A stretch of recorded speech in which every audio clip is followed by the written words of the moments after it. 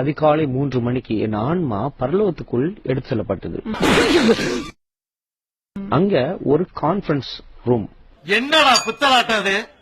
அந்த கான்பரன்ஸ் அறையில கடவுள் அவர்கள் அமர்ந்து கொண்டிருக்கிறார். ஆனா அவர் பார்க்க முடியல. பார்க்க முடியாத வேதம் சொல்லுது இல்லையா? இது சுத்தம் இல்ல தம்பி.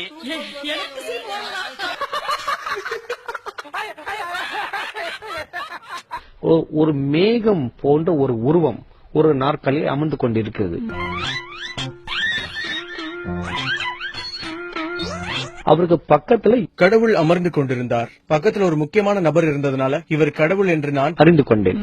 அப்பா, இது உலக நடிப்புடா சாமி. அந்த புறத்துல பழைய ஏற்பாட்டு காலத்து பரிசுத்தவான்கள். அவங்க எல்லாருமே முக்கியமான நபர்கள் தான். ஒரு பழைய ஏற்பாட்டு காலம் இல்ல, புதிய ஏற்பாட்டு. நான் தூரத்தில் நின்றேன். கடவுள் முன்னாடி செல்வதற்கு நடுங்கினேன். நான் நடுங்கிக் கொண்டே வந்து நின்றேன்.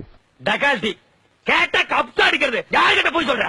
ஏய் டாடி, என்ன வேண்டாம் இந்த டக்காட்டி வேலை என்கிட்ட வச்சுக்காத. அப்போ அந்த மேகத்தில் ஒரு கை வெளியே வந்து இப்படி வா, முன்னால வான்னு அழைத்தார். டேபிள் மேல இந்த டிவி ஸ்டேஷனுக்கு அனுப்பக்கூடிய பீட்டா கேசட் ஒன்று இருந்தது. அதை இப்படி எடுத்து இப்படி பார்த்து கொண்டிருந்தார். எப்படியா புதுசு புதுசா கண்டுபிடிக்கிறீங்க? பார்த்துட்டு இன்னொரு கடவுள் கிட்ட அந்த கேசட் கொடுத்தார். கடவுள் அத வாங்கி என்னை நோக்கி பார்த்து, நீ தயாரிக்கும் நிகழ்ச்சிகள் ரொம்ப அருமையாக இருக்குது, தரம் உயர்வாக இருக்குது. கலர் கலரா ரீலா விடுற.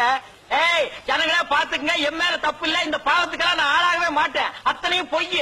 ஆனால் இன்று முதல் ஒரு காரியத்தை மனதில் வைத்துக்கொள். உன் மூலமாக இந்த தொலைக்காட்சி நிகழ்ச்சி உலகம் எங்கும் இனி போக போகிறது. இதெல்லாம் நம்புற மாதிரியாங்க இருக்குது. இது என்ன பிரமாதம்? இது விட பெசலைட் ஒண்ணு இருக்கு. எல்லா இன மக்களும் ஒரு நிகழ்ச்சியை பார்க்க போகிறபடினால அது தரம் ஒண்ணு ஹாலிவுட்க்கு மேல இருக்கணும் அல்லது அதுக்கு நிகராக இருக்கணும். தரம் குறையவே குறையக்கூடாது. இதை மனதில் வைத்துக்கொள் என்று சொன்னார். அடேங்க அப்பா தம்பி, ஒரு மனுஷன் போய் பேசலாம், ஆனா ஏக்கர் கணக்கில் எல்லாம் பேசப்படாது. அது